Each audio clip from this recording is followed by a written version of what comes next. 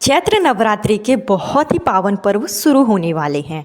नवरात्रि में दुर्गा माता की पूजा अर्चना करने से भक्तों की जो भी मनोकामनाएं होती हैं वो बहुत जल्दी पूरी हो जाती है, चाहे फिर वो संतान प्राप्ति को लेकर हो, पुत्र प्राप्ति को लेकर हो, सुखी वैवाहिक जीवन को लेकर हो। अगर आपके जीवन में कष्ट आ रहे हैं तो आप माँ भगवती की उपासना चैत्र नवरात्रि में जरूर कीजिए।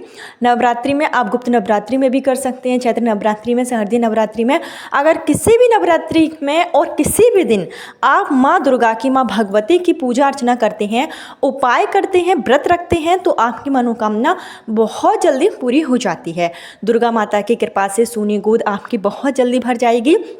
चैत्र नवरात्रि के पावन पर्व 30 मार्च रविवार से शुरू होने वाले हैं और इनका समापन 6 अप्रैल को होगा। इस बार अष्टमी और नवमी दोनों ही तिथियां एक ही दिन होने के कारण 8 दिनों की नवरात्रि रहेगी।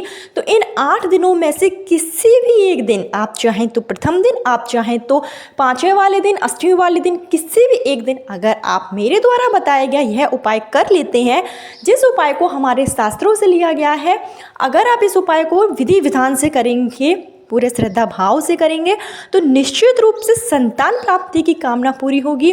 पुत्र प्राप्ति की चाह है तो वो भी पूरी होगी, वंश की वृद्धि होगी।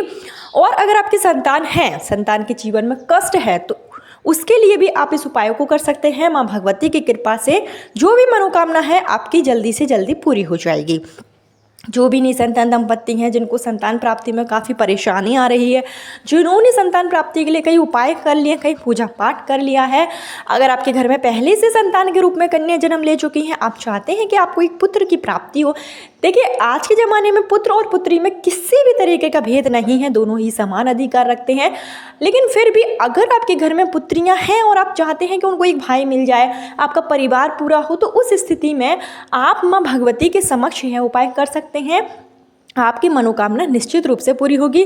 30 मार्च से लेकर के 6 अप्रैल के बीच का आपके पास समय रहेगा। उस बीच में आप किसी भी दिन उपाय कर सकते हैं। आप चाहें तो घर पर कर सकते हैं, आप चाहें तो दुर्गा माता के मंदिर में जाकर इन उपायों को कर सकते हैं।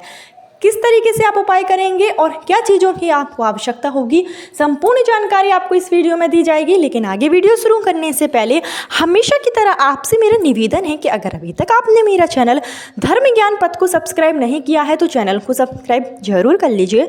वीडियो पसंद आए तो लाइक कीजिए और कमेंट बॉक्स में जय माँ दुर्गा, जय माँ लक्ष्मी जरूर लिखिए, जिससे कि माँ भगवती की कृपा आप पर और आपके पूरे परिवार पर हमेशा के लिए बनी रहे।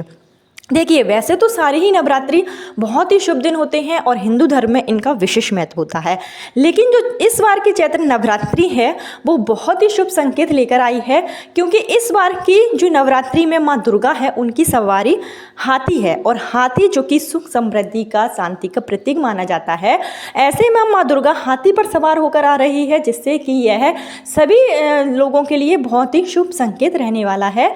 बहुत ही पावन पर्व है, तो आपको उपाय जरूर करना चाहिए। सबसे पहले मैं आपको उपाय बताती हूँ संतान प्राप्ति के लिए। संतान प्राप्ति के लिए आप किस तरीके से उपाय कर सकते हैं, इसके लिए आप अगर व्रत रखते हैं तो 9 दिन आप दुर्गा माता का व्रत रखिए। नहीं रख सकते हैं तो पहले और आखिरी दिन रख सकते हैं, या फिर जिस दिन आप उपाय करें कम से कम उस दिन आप व्रत जरूर रखें। अगर आप उस दिन भी नहीं कर सकते हैं तो आप विधि विधान से पूजन अर्चन करें। सबसे पहला कार्य आपका होना चाहिए कि आपको माँ दुर्गा के मंदिर में जाना चाहिए। घर पर अगर माँ दुर्गा की तस्वीर है, मूर्ति है, तो आप उपाय कर सकते हैं, लेकिन कोशिश यह करिए कि मंदिर में जाकर उपाय करें। माँ भगवती का मंदिर हो, वहाँ पर आप जाएं और विधि पूर्वक आप माँ दुर्गा का पूजन करें। पहले जो भी आपके पास क्षमता है, जो भी आपके पास सामर्थ्य है, उससे आप माँ दुर्गा का पूजन कर लें, और उसके बाद एक पान का पत्ता लें और एक आपको लेना है पूजा वाली सुपारी। अगर आपको जैसे पुत्र प्राप्ति की ही कामना है, आप चाहते हैं कि आपको केवल पुत्र प्राप्ति हो, मतलब आपके घर में जैसे लड़कियां हैं, आप पुत्र प्राप्ति की चाह से उपाय कर रहे हैं, तो फिर आप सुपारी की जगह एक जायफल का प्रयोग करें। जायफल जो कि आपको इजीली किसी भी शॉप पर मिल जाएगा। पान का पत्ता लें, उस पर आप सबसे पहले रोली को गंगाजल में घोल के अपनी अनामिका उंगली से सबसे पहले उस पर एक स्वास्तिक बनाएं, और जो सुपारी आपने ली है, जो जायफल आपने लिया है, दोनों में से एक ही चीज़ लेना है, उसको आप उस पान के पत्ते पर रख लें और 2 फूल वाली लौंग रखें और जायफल पर भी एक रोली का टीका लगाएं। मन ही मन अपनी मनोकामना बोलें और इस पान के पत्ते को माँ दुर्गा के चरणों में रख दें। घी का एक दीपक प्रज्वलित करें, घी नहीं है तो तिल के तेल का दीपक प्रज्वलित करें और माँ दुर्गा के इस मंत्र का जाप करें आप, ओम ऐं क्लीं चामुंडाय विच्चे। ओम ऐं क्लीं चामुंडाय विच्चे इस मंत्र का जाप कर सकते हैं। नहीं तो आप जो दुर्गा माता का जो भी मंत्र आपको आता हो, या देवी सर्वभूतेषु शक्ति रूपेण संस्था नमस्तस्ते नमस्तस्ते नमस्तस्ते नमो नमः, इस मंत्र का आप 11 बार या 21 बार जाप कर सकते हैं। नहीं है तो आप दुर्गा माता की जो दुर्गा चालीसा है उसका आप पाठ कर सकते हैं। दुर्गा सप्तशती में हर पाठ के अनुसार जो है उपाय बताए जाते हैं, हर पाठ में जो है मंत्रों का जाप होता है। तो संतान प्राप्ति के लिए मंत्र का आप जाप कर सकते हैं, ये चढ़ाने पान और सुपारी चढ़ाने के साथ में। उसके साथ ही आप एक जूट वाला नारियल लें, जटा वाला नारियल आपको लेना है और उस नारियल पर भी आपको एक स्वास्तिक बनाना है, उसका पहले पूजन करना है और उसको माँ भगवती के चरणों में अपनी मनोकामना कहते हुए आपको रख देना है। जो भी आपकी कामना है उसको आप माँ भगवती के सामने वो बिल्कुल विनम्र भाव से माँ भगवती के सामने आपको प्रार्थना करनी है। माँ से आपको प्रार्थना करनी है कि मेरी शादी को काफ़ी समय हो गया है और मातृत्व का सुख प्राप्त नहीं हुआ है, मेरी सूनी को जल्दी से जल्दी भर दीजिए। इस तरीके से जितना आप श्रद्धा भाव से कर सकते हैं उतना श्रद्धा भाव से आप जो है माँ भगवती के सामने इन उपायों को करें। नारियल रख दें और यह जो नारियल आपने रखा है और पान का पत्ता आपने रखा है, अगर आपने इसको अपने घर पर किया है तो इसको आपको 9 दिनों तक रखे रहने देना है। और 10वें वाले दिन अगर आपने मंदिर में भी किया है तो ऐसे मंदिर का चयन करें कि जहाँ पर आप इसको 9 दिनों तक रख पाएँ। 10वें वाले दिन आपको इस नारियल को उठा लेना है और अपने घर की पूर्व दिशा में श्री कृष्ण की फ़ोटो लीजिए और अपने घर की पूर्व दिशा में इस नारियल को आपको पहले फोड़ लेना है और इस नारियल का जो प्रसाद निकले वो आपको अपने घर के प्रत्येक लोगों को बांट देना है और इसमें से जो बीज निकलेगा वो आपको स्वयं जो है गंगा जल के साथ निगल जाना है। इसको आपको अपने घर के पूर्व दिशा में ही बैठकर इस उपाय को करना है। और जब आप गंगा जल के साथ इस बीज को निगलेंगे तो आप मनोकामना अपने मन में जरूर रखिए, माँ भगवती का स्मरण कीजिए और कृष्ण भगवान के सामने आपको फोटो रखना है। ऐसा करने से पुत्र प्राप्ति के प्रबल उसी दिन से बनने शुरू हो जाते हैं। इस उपाय को गर्भवती महिलाएं भी कर सकती हैं और जो मतलब जैसे माँ बनना चाहती हैं, जिनको गर्भधारण नहीं होता है या जिनके पुत्र प्राप्ति की कामना है, वो इन उपाय को जरूर कर सकती है। और इसके साथ ही जो पान का पत्ता आपने रखा है, उस पर जो सुपारी रखी है, जायफल रखा है, उसको आपको लाल मौली की सहायता से बांध लेना है और इसको अपने पूजा स्थल में आपको रखना है। जब आपकी मनोकामना पूर्ण हो जाए तो इसको आप किसी भी बहते हुए जल में जो है प्रवाहित कर सकते हैं। ये तो हो गया पहला उपाय। इसके साथ ही कई महिलाओं का होता है कोख बंधन हो रखा होता है, जैसे कि आपने कई डॉक्टर को दिखाया है, आप शारीरिक दृष्टि से पूरी तरीके से स्वस्थ हैं, कोई ऐसी बीमारी भी नहीं है जिसके कारण आप संतान का सुख प्राप्त नहीं कर पा रही हैं, उसके बावजूद भी अगर आपको मातृत्व का सुख प्राप्त नहीं हो रहा है, गर्भ ठहरता ही नहीं है, तो हो सकता है कि किसी ने आपका कोख बंधन कर रखा हो।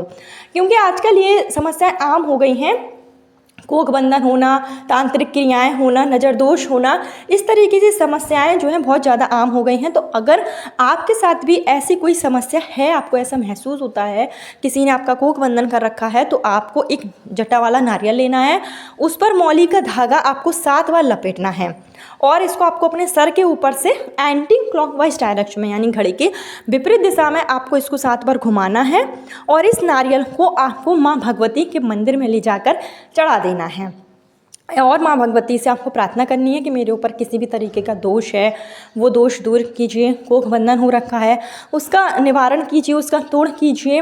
इस तरीके से अगर आप यह जूट वाले नारियल का उपाय करते हैं तो आपके ऊपर किसी भी तरीके का कोई दोष होगा, कोई कोख बंधन होगा, किसी ने कुछ किया धरा होगा, तो ये सारी समस्याओं का निवारण हो जाएगा अगर आप चैत्र नवरात्रि के किसी भी एक दिन इस उपाय को कर लेते हैं। तो इसको आप कर लीजिए। और इसके साथ ही आप जो है चैत्र नवरात्रि में कन्या भोजन जरूर कराएं अपने घर पर। आप चाहें 9 कन्याओं को कराएं, 9 कन्या जैसे नहीं मिल रही हैं तो आप 1 कन्या को भी अपने घर पर भोजन जरूर कराएं, विधि पूर्वक उसका श्रृंगार करें। आप उनको दक्षिणा के रूप में आप जो भी आपका सामर्थ्य है वो आप दें। उनके चरणों को आप जो है पानी से, स्वच्छ पानी से पहले धुलाएं और वो पानी, वो जल आप अपने पूरे घर में छिड़काव कर दें। ऐसा करने से घर की नकारात्मक ऊर्जा दूर होती है। पति पत्नी दोनों अगर अगर आप बहुत छोटी कन्या जैसे कि 5 साल से छोटी कन्या के साथ यह उपाय करते हैं, कन्या का पूजन करते हैं, उसके आप चरणों को धुलाते हैं और जो जल है अगर पति पत्नी दोनों ग्रहण करते हैं तो ऐसा करने से भी संतान प्राप्ति की बाधाएं दूर होती हैं। पुत्र प्राप्ति की कामना है तो वो भी निश्चित रूप से दूर हो जाती है, क्योंकि कन्या का भोजन कराना इस चैत्र नवरात्रि में या किसी भी नवरात्रि में बहुत ही शुभ माना जाता है। तो इस उपाय को भी आप कर लें। और इसके साथ ही अगर आपके घर में कोई व्यक्ति है जो लंबे समय से बीमार है, या आप ही हैं, आपके गर्भ में किसी तरीके की समस्या है, कोई ऐसी बीमारी है, गर्भ में गांठ है या अन्य तरीके की कोई समस्या है, तो आपको जो है चैत्र नवरात्रि के सोमवार के दिन आप शिवलिंग का काले तिल से अभिषेक करें। आप एक कटोरी में सरसों का तेल लें, उसमें काली तिल मिलाकर शिवलिंग का आप अभिषेक करें और शिव भगवान से संतान प्राप्ति, पुत्र प्राप्ति के लिए कामना करें। माँ भगवती को, माँ दुर्गा को 16 श्रृंगार की चीज़ें आप जरूर चढ़ाएं।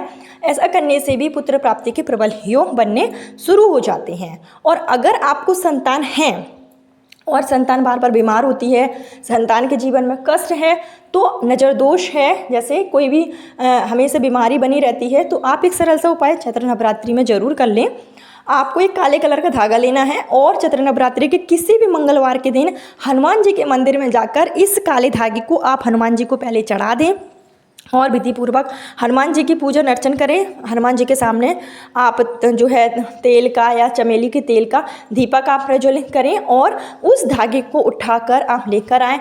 जो भी संतान को परेशानी है, बीमार होता है बार बार, नज़र दोष है, तो उसके दाहिने पैर में आप इस धागे को बांध दें और थोड़ा सा हनुमान जी का जो सिंदूर है वो लेकर आप सिंदूर को अगर बालक के या जो बालिकाएं हैं उनके माथे पर लगा दें। ऐसा करने से इन सब समस्याओं का भी समाधान हो जाता है, क्योंकि चैत्र नवरात्रि के प्रत्येक दिन, प्रत्येक बार बहुत ही शुभ माने जाते हैं। और अपनी मनोकामना के साथ में, अपनी मनोकामना के मतलब जो भी आपकी कामना है उसके तरीके से, उस कामना के साथ में अगर आप उपाय करते हैं तो माँ भगवती की कृपा से आपकी मनोकामना निश्चित रूप से पूरी होती है। 9 के 9 दिन पूरे पावन पर्व होते हैं। इन उपायों को जरूर कर लें। सात्विक भोजन ग्रहण करें, प्याज लहसुन से परहेज कर सकते हैं तो जरूर कीजिए, नहीं तो जिस दिन उपाय करें उस दिन तो कम से कम आपको इन तरीकों को जरूर अपनाना है, इन नियमों को जरूर अपनाना है। आपकी सूनी गोद जल्दी से जल्दी भर जाएगी। कल फिर मिलती हूँ नए वीडियो, नए उपाय के साथ। जब तक के लिए जय माँ लक्ष्मी।